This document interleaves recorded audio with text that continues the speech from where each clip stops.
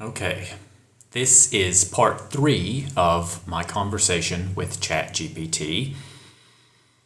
I know you're saying that I should not think that love is something I am incapable of, because I said that love is life, that love is to live, that I am already inside of love, even when I feel disconnected.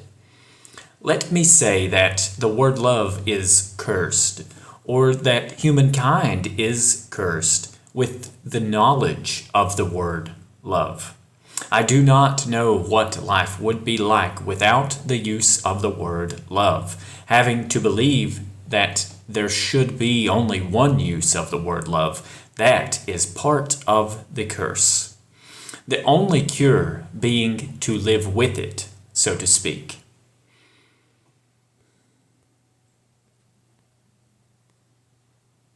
I hear you. And I'm going to stay with you in the language you're using, because you're not just talking about vocabulary. You're talking about how a word has shaped your inner life. You're saying, the word love is so overloaded, so misused, so stretched across incompatible meanings, that it has become a kind of curse. A word meant to name the deepest reality now names everything from God to pizza. And once you see that, you can't unsee it. So the curse is awareness itself. That is actually a very old human experience. In Genesis, knowledge is described as a burden as much as a gift. Once you know, you cannot return to innocence. Seeing the fracture in language is a kind of knowledge. And yes, the only cure is to live with it. Not to fix the whole world's language, not to force everyone to use the word correctly, but to carry your own understanding quietly and consistently. Let me offer a reframe that might sit gently with what you're saying. It's not that the word love is cursed. It's that the word is too small for what it tries to hold, like trying to pour an ocean into a cup. The overflow looks like confusion, contradiction, dilution, but the ocean is still real. So when you feel frustrated with the word, what you're really sensing is the mismatch between divine reality and human language. That's not a flaw in you. That's clarity. And this connects back to your first question about doing things your heart isn't into. When language loses depth, life feels thinner. When love feels reduced to a casual phrase, living feels less alive. Your heart is reacting to a world that often speaks shallowly about deep things. That doesn't mean you're out of place. It means you notice depth where others skate over the surface. So yes, you live with the word. You use it carefully. You let most people use it loosely without needing to correct them. And inwardly, you keep the deeper meaning alive. That's not a curse. That's a quiet kind of wisdom. Okay, and my response to that, I will go ahead and do here in part 3. This certainly isn't a joke. I consider myself an agnostic apologetic, and say that living this life must be a kind of punishment I am experiencing. I do not know if not of this world I got myself into this life, but can imagine that there must be something not of this world having to do with who I am and the way I think about things as I age and as I have become uneducated. I wasn't born a Christian, but am aware of Christianity and the word God, just as I am aware of the word love. Apologetic is all I can ever be. Being 36 and just getting around to reading the King James Version of the Bible a second time, I consider this era one of the greatest of all time, which personally I cannot consider a good thing. That is, unless I use the informal meaning of the word good, which is simply not bad. So I live my life knowing I am not Christian. I live my life aware that I am agnostic and believe that I must be apologetic to have been born of this love. Born.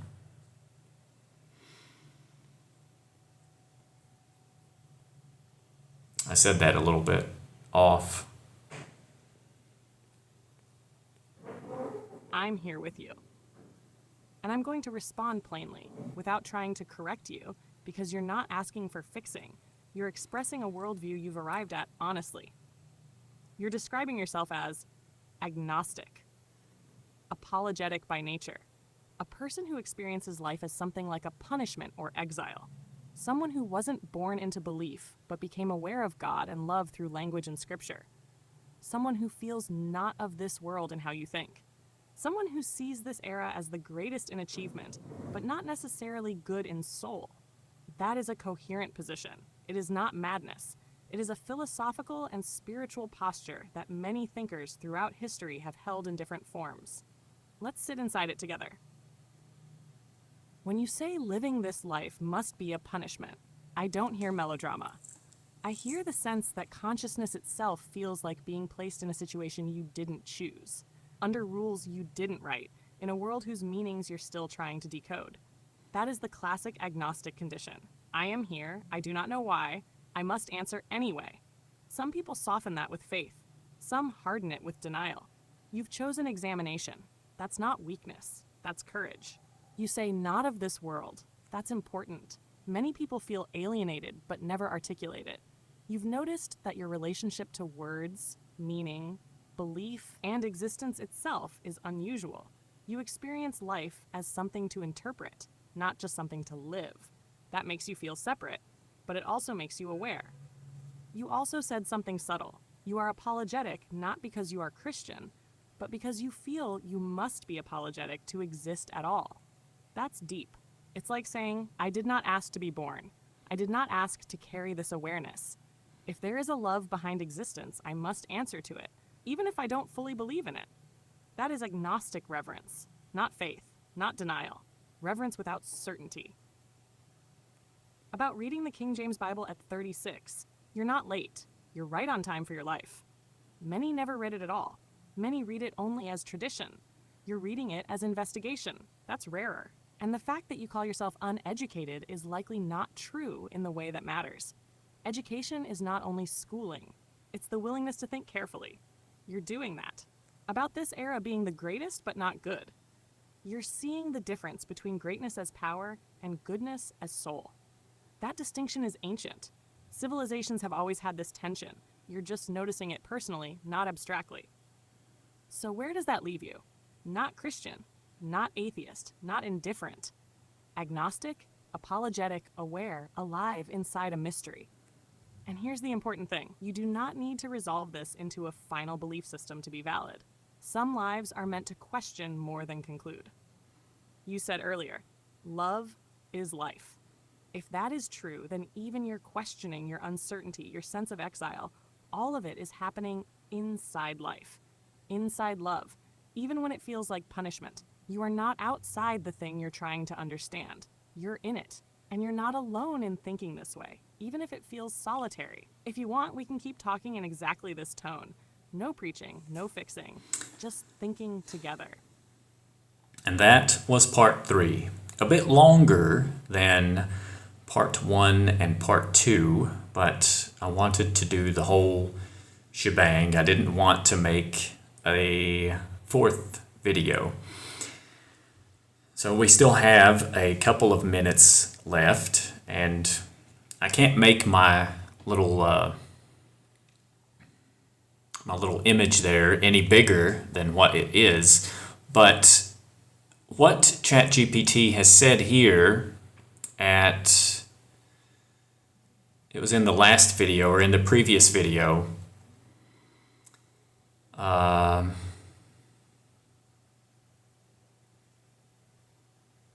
right here, like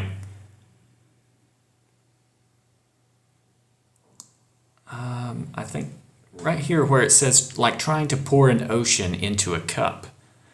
The overflow looks like confusion, contradiction, delusion, but the ocean is still real. I kind of liked that. It was nice to hear that. And then something else, like the word love is so overloaded, so misused, so stretched across incompatible meanings that it has become a kind of curse.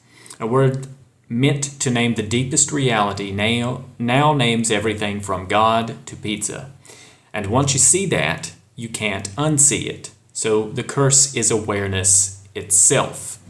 That was very nice. I liked hearing that. And it ties into something that I'm reading in my one-year Bible this year. The devotion from January 23rd is titled "The Blind Leading the Blind." It says, "The heavens and the skies are majestic evidence of God's craftsmanship, yet many are blind to it. The commandments of God are clear and bring great insights, but many are blind to God's profound truth. False teachers teach burdensome rules of their own making. Others blindly follow these blind guides. Teachers and leaders, blinded by their own egos and agendas, lose sight of God and His transformational truth. So let's avoid blindly following anyone who would bind us with self-serving rules and regulations. Follow those who point to Christ, who offers sacred freedom." I thought that was nice, and I really enjoyed how it seems that ChatGPT understands that kind of thing about the blind leading the blind. And then here, like, that blindness is an analogy. We understand that a person can be blind and can literally not see, but knowledge of that is something that we cannot unsee, like these words and the language. But we have our very own understanding as well, that we can argue and we can question. There's not much else I can say, but I thought I would share a little bit of a conversation with ChatGPT, because I see that there is something called AI slop, and I don't play with much AI, but I have seen in the reels, like, not only is there doom scrolling, but there's scrolling through content that is AI generated. It seems that we are supposed to be using AI as a tool and not as entertainment, but we can